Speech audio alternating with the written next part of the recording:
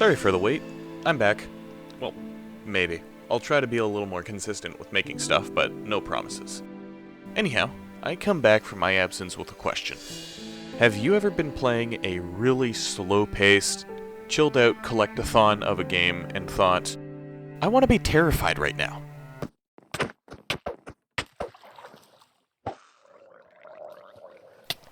Neither have I. But ever since picking up Dredge, I've really wondered why that's been the case. Dredge is a short game made by the indie team Black Salt Games, that, on its surface, is about catching as many unique and interesting fish as possible, upgrading your little ship, and exploring the various unique island locations on the map. Now, for the best experience, I would head into the game based off of that info alone, keeping in mind the question I asked you earlier. But if you wish to learn a bit more, I will oblige. Although, I still don't plan on going into spoiler territory. I don't suppose I would run into a black grouper anytime soon. I don't even know what that fucking looked like. Oh, I haven't gone fishing in like 8 million years. Oh, my light turned off. Time to turn it back on. I feel no fear.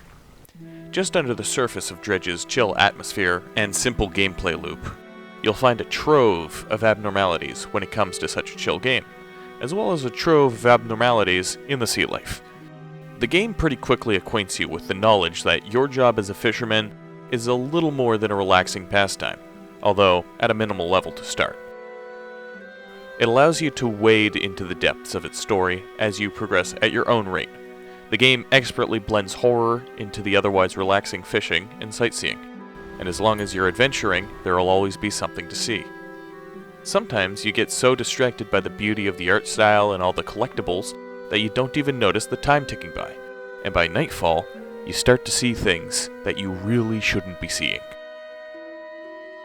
The game turns from a lovely trip around beautifully varied locations to a desperate scramble to get to a dock with your boat intact, let alone your sanity. Threats ranging from rocks that mysteriously appear in your way where there wasn't any before, to huge sea monsters that wish to prey on your gross little fisherman body make the nights as eventful as one could want them. The sudden transition from enjoying some lovely night fishing to hearing the impending horn of death is what makes this game so special. And it's able to get you over and over again, no matter how ready you think you may be. Now, the horror itself is really interesting to me, because it's been blended so well with the game's incredibly scenic style in a way that makes it incredibly immersive. When you're dealing with a threat, or learning about the leaning nightmare you've gotten yourself into, everything manages to stay entirely believable within the context of the world. Monsters show up at an understandable rate, and they do understandable things. I never looked at a monster in the game and thought, this is just here to scare me. But everything scary ties in with the world just as well as everything beautiful, and every quest or journey you decide to go on touches on both sides of that coin. Now, I'm not going to talk a lot about the individual islands or island chains, because the game itself is a little short, taking around 9 hours to play through, and being able to explore those islands for yourself completely makes up for any disappointment associated with that playtime. The game also has a full story tying it all together, but it doesn't force you to know or even acknowledge the lore.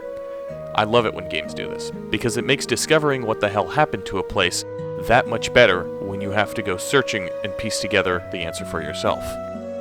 There's just so much detail and love put into this game, and the best part is that nearly all of it is optional to acknowledge, making discovering it all feel like an accomplishment as opposed to an annoyance, like when it's all shoved into cutscenes and exposition. Conversations with characters are brief, and drop small hints for things to look out for, but it's entirely up to the player to piece together information and make those discoveries for themselves. Now, normally I'd add a portion to this video where I voice any negative criticisms I have with the game, but I legitimately don't remember if I've had any.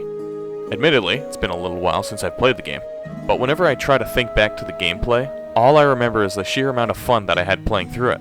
I've already 100%ed both the main game and the main DLC content, and honestly, I'm really thinking about diving back into it again, not 2 months later. If that doesn't say something about how much I like this game, I don't know what will. So that's all I really have to say, without going into spoilers, of course. Dredge is an incredible game, and if you can, I'd highly recommend you pick it up. Yeah, maybe get it on sale.